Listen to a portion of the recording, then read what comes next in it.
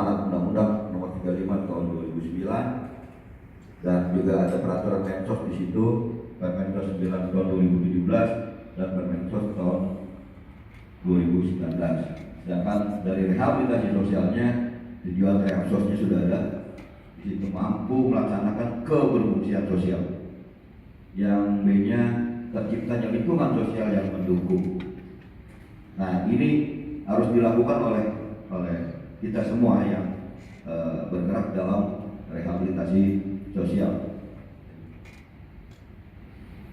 Sekarang kalau dulu kita PMKS, sekarang PPKS.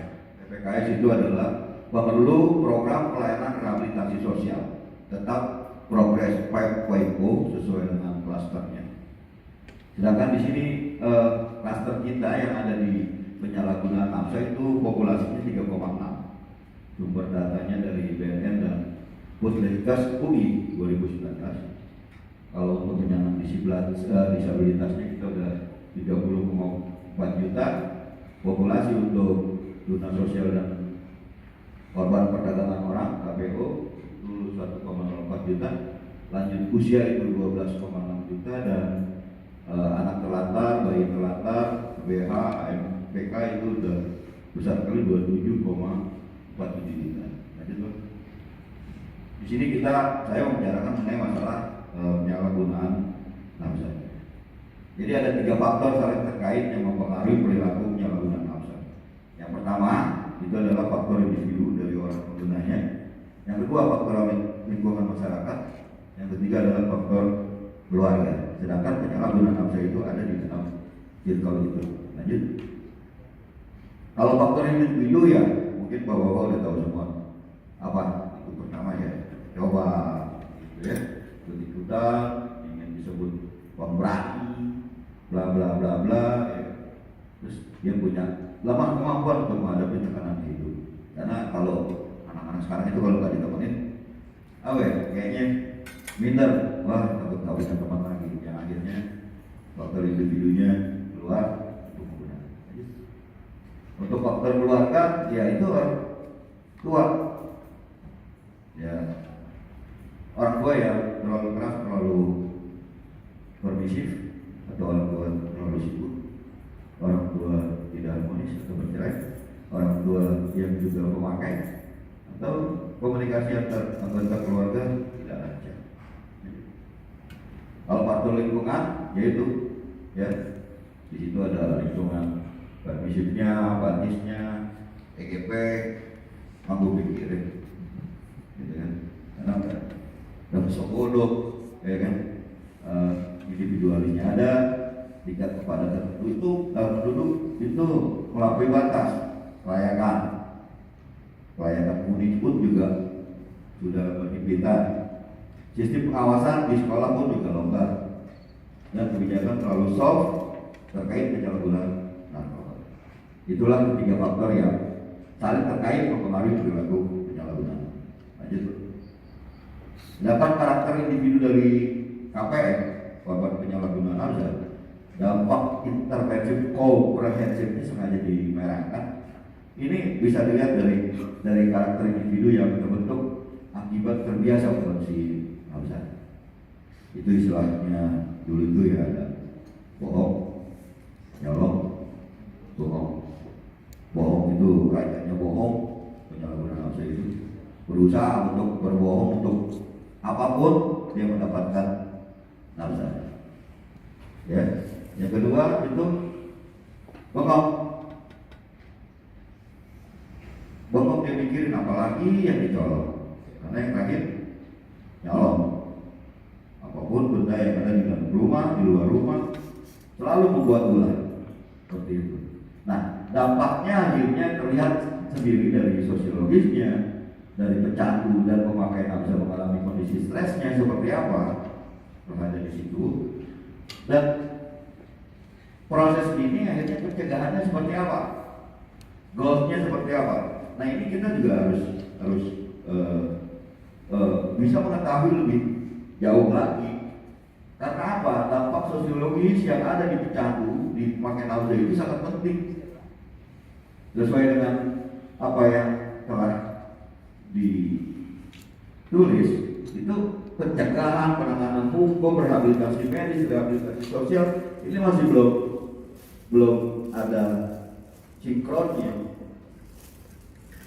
Belum ada sinkronnya. Karena apa? Harus ada goal di situ kan. Goalnya di situ stop menahan nafsu, mencapai keberfungsian sosial, bertahan dalam gaya hidup bebas nafsu, tercipta lingkungan yang kondusif. Kalau tidak ada kesepakatan atau kebersamaan dari kita, dari pencegahannya, dari penanganan hukumnya, rehabilitasi medisnya, rehabilitasi sosialnya, ya kerja sendiri-sendiri akhirnya tidak selesai permasalahan untuk rehabilitasi sosial penyaluran usaha. Lanjut Bang. Nah, ini datanya, kalau data teman-teman semua. Kedua, yang ketiga, nah itu harus ada sertifikasi. Nah, yang mengeluarkan sertifikasi itu pusat Pak untuk konselor adiksi. Jadi teman-teman kalau punya SDM yang belum tersertifikasi, ajukan kepada BNN pusat untuk di sertifikasi. Kalau pekerja sosial itu di Padang sama di mana? Di Balai Selon 2 itu di Makassar sama Padang. Lanjut. Nah, ini kebijakan program dan anggaran Direktorat Jenderal Rehabilitasi Sosial di 5 direktorat. Maksudnya progres 5.0 itu adalah anak, penyandang disabilitas, KPNABZA, TSKPO dan PLU. Ini yang kita lakukan di dalam 5 direktorat itu, apa aja pencegahan masalah sosial, bidang kompetensi, teknis, refleksi kebijakan dan manajemen kasus, supervisi, monet dan pelaporan, standarisasi, layanan resos, akreditasi dan sertifikasi yang tadi, terus revisi pedoman umum dan operasional, rakornis dan review kebijakan pada rangkaian hari peringatan nasional. Untuk 41 unit pelaksana teknisnya itu sekarang bukan lagi karena dirjennya ganti Pak.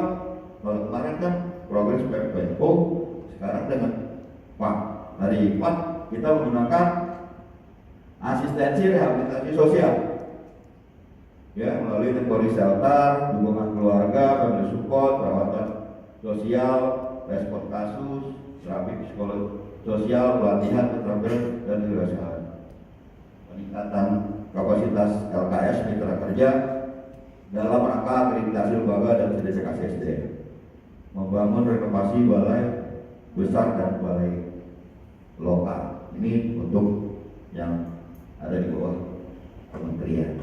Pak, saya kalau coba mau dikit, enggak ya?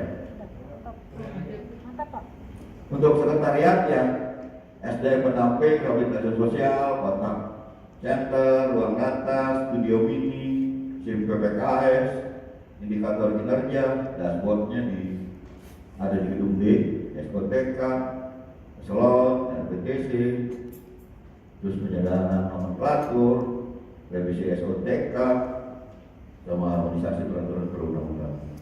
Nah, ini yang ada di kebijakan program dan anggaran Dirjen Rehabilitasi Sosial di 5 direktorat, 41 UPT dan sekretariat. Lanjut.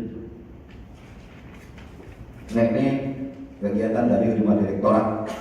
Dari 5 direktorat yang ada itu melakukan ini, melakukan yang warna ini, melakukan kampanye nasional pencegahan masalah sosial, melakukan BIMTEK kompetensi teknis, melakukan refleksi kebijakan dan manajemen kasus, supervisi monet dan pelaporan, revisi pedoman umum dan operasional, dan rakornis pada hari peringatan nasional.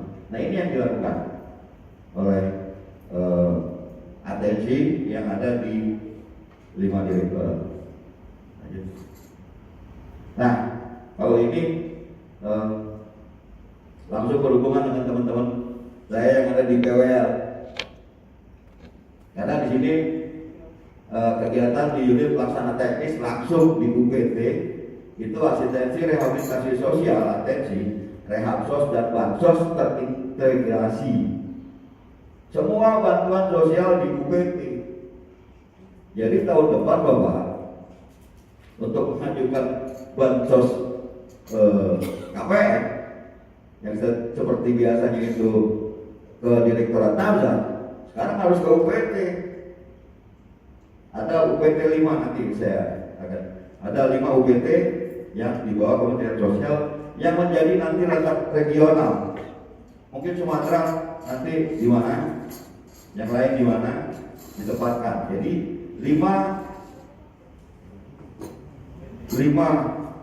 akan dibagi 189 di BWN. Nanti akan berbagi secara regional.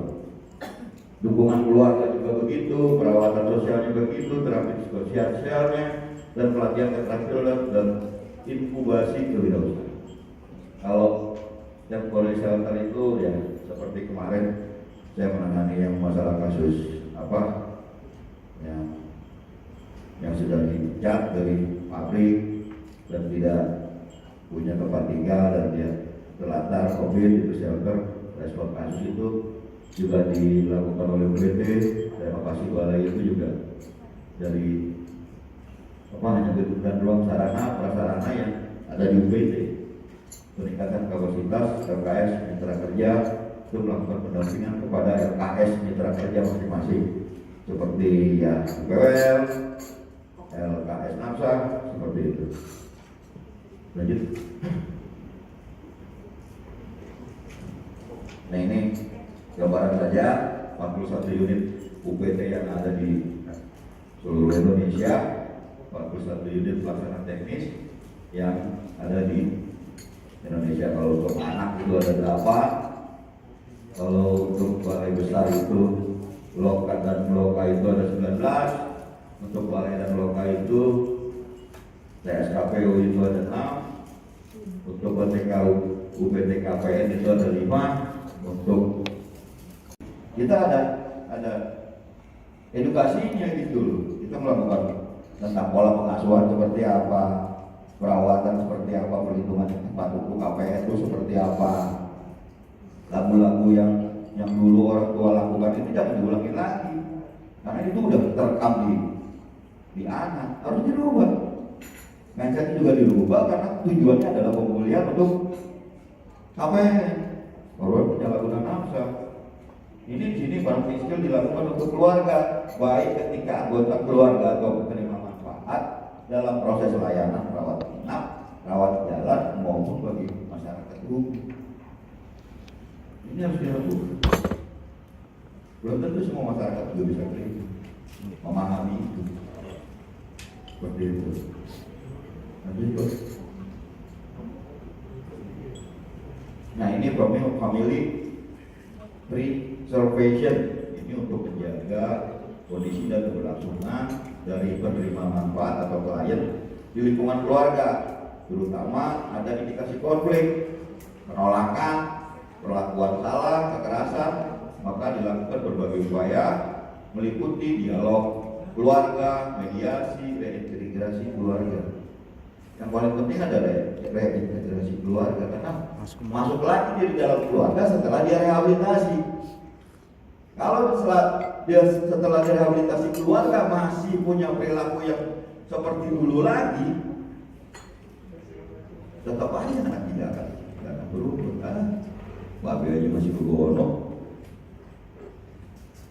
Akhirnya dia perlakuan seperti itu lagi. Aturan yang ada di dalam rehab tidak digunakan. Lanjut. Konseling keluarga. Ini konseling keluarga tidak hanya dilakukan untuk KPN, namun konseling juga dilakukan bagi keluarga agar terdapat keselarasan dalam pemulihan KPN. Karena keluarga suka bohong. Ditemuin segitiga gemuk kaki antara konselor, keluarga dan anak, ketahuan. Konselor ngomong, kemarin bapak ngomong begini atau ibu ngomong begini, sekarang di depan anak beda. Nah itu tak selesai bersama. Nah proses konseling keluarga ini perlu ada keselarasan, karena konselor akan menanyakan kepada anak dan akan menanyakan kepada orang tua.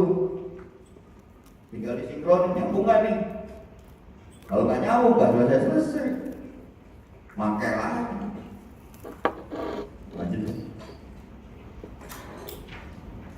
Nah ini ya asistensi yang tadi baru, yang tadi sekarang asistensi berbasis komunitas. Kalau komunitas itu yang pertama komunitas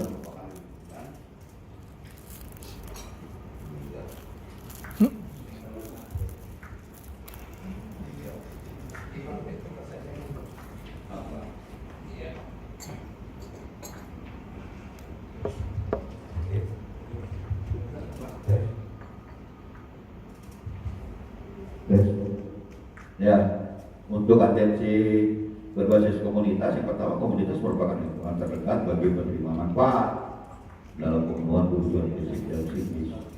Nah ini yang berbasis komunitas. Komunitas yang memiliki kesadaran bersama akan melindungi PM atau penerima manfaat atau klien dari kerentanan stigma dan diskriminasi. Itu komunitas. Ya komunitas itu ya lingkungan kita aja dulu deh, jangan banyak itu lingkungan RT, lingkungan ngerti nggak dengan adanya stigma, bisik-bisik, KPN yang ngeliwat, wah gue di ngomong, akhirnya minder, gimana mau ngumpul, ada stigma, karena stigma ini paling pedih. Ya, paling pedih hukuman sosial yang diterima oleh KPN, oleh korban penyalahgunaan nauza. Hukuman sosial yang paling pedih adalah stigma. Kita selalu ngomong stigma, jauhkan stigma, tapi tetap aja lakukan.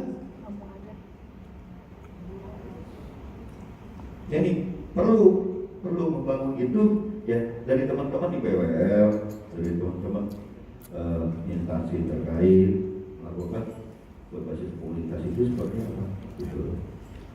LKS PWL, kontrak utama bagi keluarga, terus juga komunitas adalah terdekat dengan keluarga penerima manfaat, maka komunitas harus dibuatkan melalui PWL. Jadi jalannya adanya di PWL, di LKS Nabzak seperti itu. Jadi harus ada kesinambungan. Yang penting komunitas itu memahami tidak kepentingan dari KPN itu seperti apa. Lanjut Pak. Ini yang berbasis komunitas.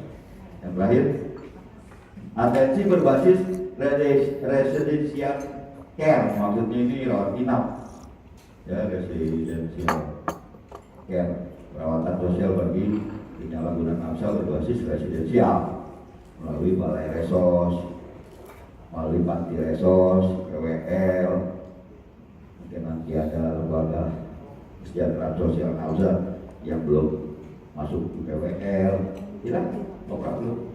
Karena syaratnya untuk menjadi PWL itu harus 2 tahun melakukan rehabilitasi dulu, baru dia bisa masukkan SK di PWL. Karena mau dilihat penanganannya sudah berapa banyak dulu, apa yang pernah dilakukan. Gak ujuk-ujuk bisa diterima jadi di PWL. Jadi 2 tahun dulu mau melakukan rehabilitasi di masyarakat. Terus yang kedua perawatan di panti itu dapat menjaga kualitas kesejahteraan sosial bagi terpenuhinya kebutuhan fisik, psikologis dan sosial penerima manfaat yang dilaksanakan secara temporer.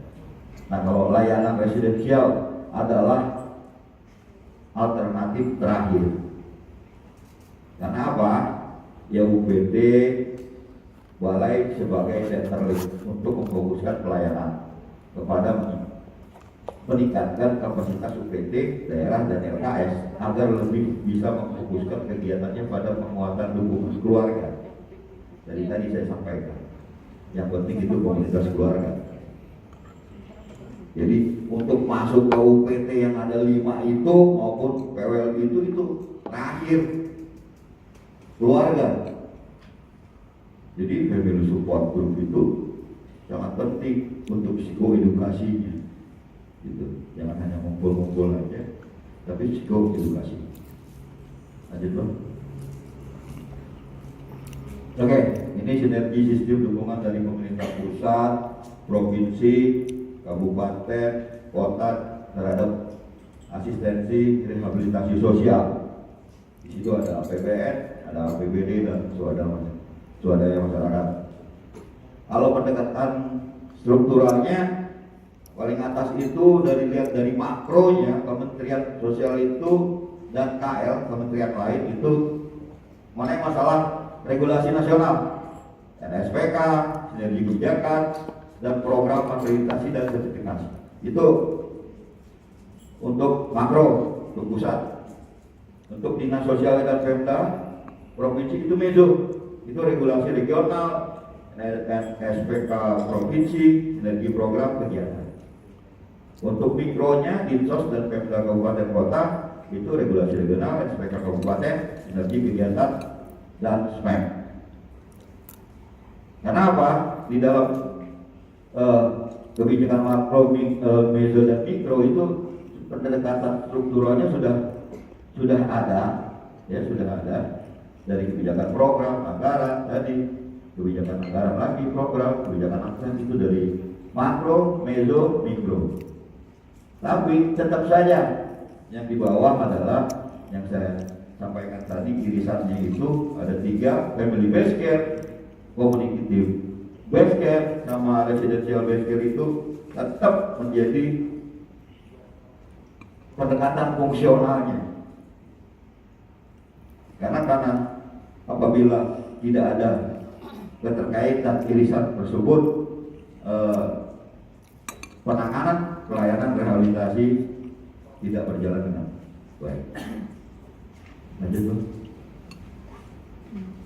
Nah ini program frameworknya untuk korban penyalahgunaan nafsa, ya seperti ini situasinya, inputnya, aktivitasnya, terus subjeknya, outputnya, dan outcome-nya seperti apa. Nah kadang-kadang di teman-teman di PWL ini, Pak, untuk outcome-nya ini udah berjalan 3 tahun misalnya, atau 4 tahun. Itu berapa persen yang terpenuhi kebutuhan dasarnya gitu. Itu nggak ada, nggak terbuat grafiknya gitu loh. Udah yang bekerja lagi berapa orang, ataupun yang sudah menikah berapa, terus yang sudah kembali ke keluarga berapa.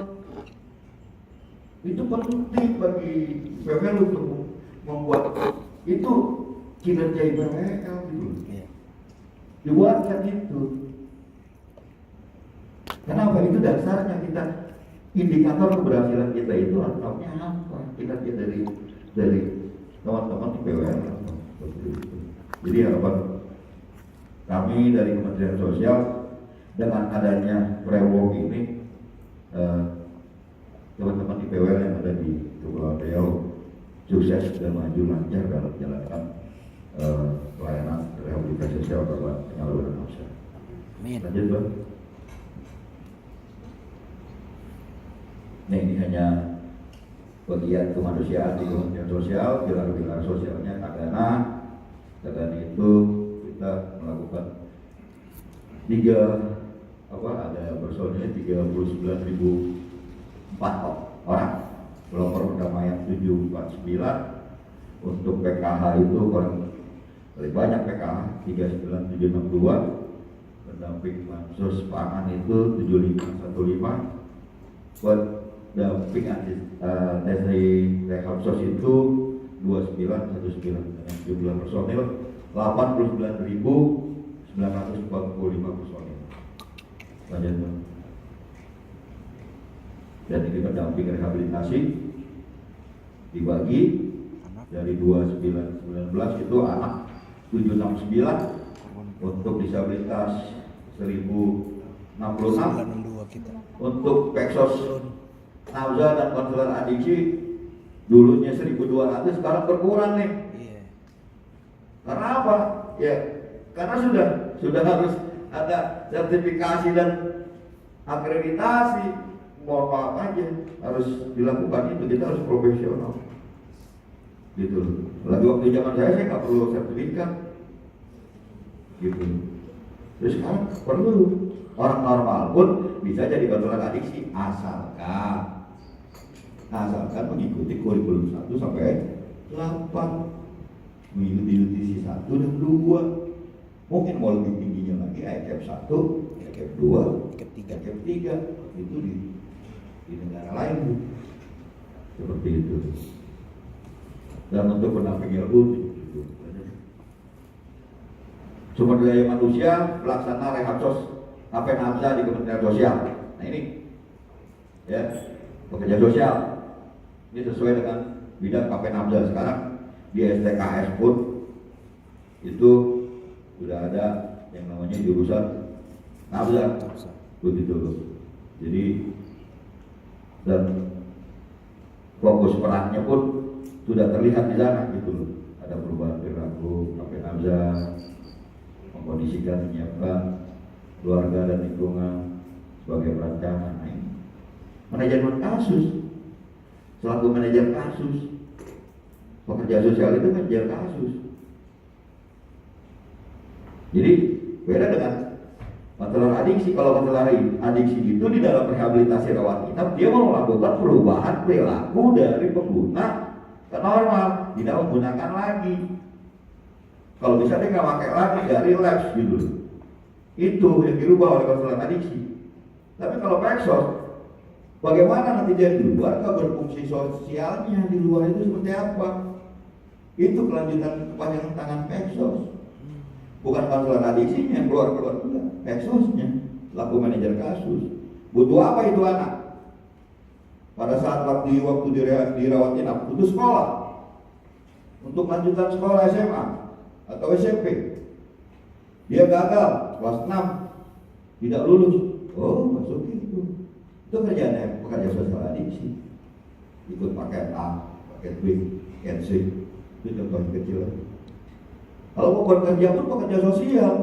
Kalau dia KPN kita udah ikuti keterampilan di BLK dan dia bisa jadi montir mobil. Nah itu yang memberikan masukan kepada perusahaan itu, ya pekerja sosial. Nih, gue punya orang, masukin pintar orang bagus, walaupun mantan, boleh coba. Nah kadang-kadang kan nih teman-teman KPN yang sudah diberikan kesempatan untuk bekerja di perusahaan di situ, ya kan, Peksosnya udah bolak-balik, udah ngurus, ya kan. Contohnya montir motornya hilang. Ya, mau bilang apa emang begitu? Tidak jauh dari bohong nyolong bengong, masih menggunakan. Nah itu harus dicari Pak Peksos, bukan marah-marah, harus dicari Pak Peksos di mana itu bolongnya. Dicari, oh di peran keluarga, basis tadi komunitas, dilihat lagi, dirujuk lagi. Kenapa? Oh iya, bapaknya beli kasih, nggak mau beli motor, adiknya dibeli, abangnya enggak, karena udah ngabisin duit untuk Nabza. Akhirnya adiknya pakai motor, abangnya nyolong motor. Nah hal-hal yang seperti itu kalau enggak terkombin dari masing-masing SDM, dari pekerja sosial dan konselor adiksi, itu punya tugas masing-masing. Jangan takut teman-teman pekerja sosial maupun konselor adiksi itu pekerjaannya akan diambil ke, karena pekerja sosial adiksi manajemen kasus yang diproses itu karena lebih berat, karena tanggung jawab keberfungsian sosial KPN di masyarakat, berfungsi sosial di masyarakat. Itu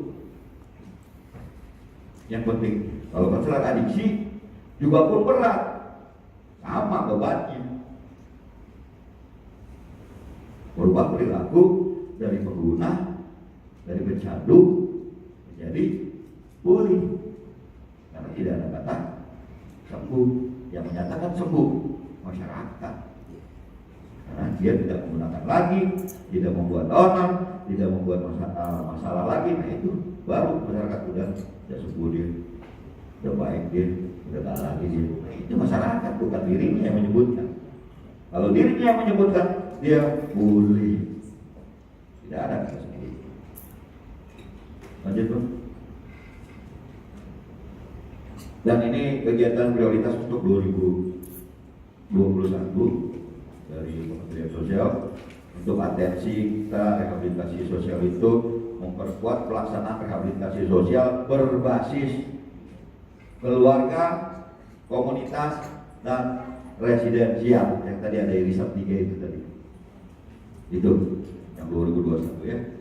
Untuk UPT-nya itu ada renovasi balai dan loka, dilanjutkan tahun 2021 karena COVID.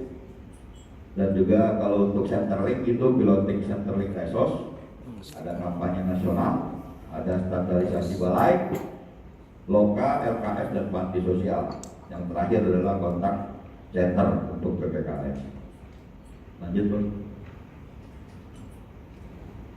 Oke, mungkin paparan yang saya berikan,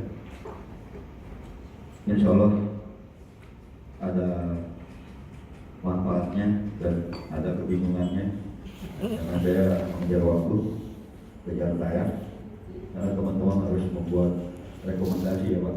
Iya, ini yang penting, rekomendasi untuk rakorda kita di malam hari. Terima kasih atas perhatiannya. Assalamualaikum warahmatullahi wabarakatuh. Masalah kesepahaman ya Pak. SOP ya Pak ya. SOP kebijakan. Tolong di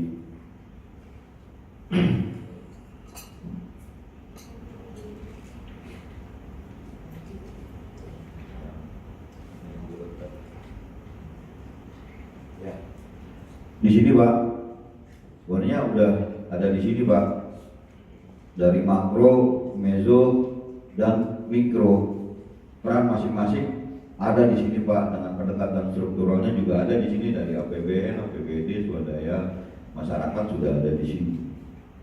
Jadi saya nggak bisa untuk membantu gimana APBD itu harus ikut aturan yang ada Kemensos seperti itu. Aturan daerahnya seperti apa, APBD-nya seperti apa, untuk pembuatan SOP pelayanan rehabilitasi yang ada di Kepri seperti ini. Hanya jalurnya seperti yang tadi saya sampaikan, ada beberapa ya, mohon maaf, masa saya ngajarin ikan berenang kan begitu. Jadi Bapak sendiri yang ada di provinsi maupun di kabupaten kota sudah ada punya masing-masing pendekatan struktural di sini. Ada kebijakan, ada program, ada anggaran. Tinggal Bapak bersinergi dengan yang ada di Mezo. Dan kami nanti yang akan di pusat akan menerima sesuai dengan, karena beda Pak kebijakan yang ada di Kepri, mungkin nanti ada yang di provinsi lain, mungkin ada yang di kabupaten kota lain, itu akan berbeda. Jadi kami tidak bisa mengatur itu, hanya kami membuatkan satu batang tubuh. Ini loh, tinggal teman-teman bagaimana cara memberikan suatu sinergi, kepahaman mengenai masalah penanganan nafsa ada di kabupaten kota seperti apa penanganannya. Terus merujuk ke provinsi kayak apa, seperti apa. Nanti ke Kemensos seperti apa, gitu loh. Jadi ada bagiannya masing-masing Pak, seperti itu. Jadi belum tentu SKPD yang ada di suatu daerah itu akan sama peraturan daerahnya, begitu loh Pak.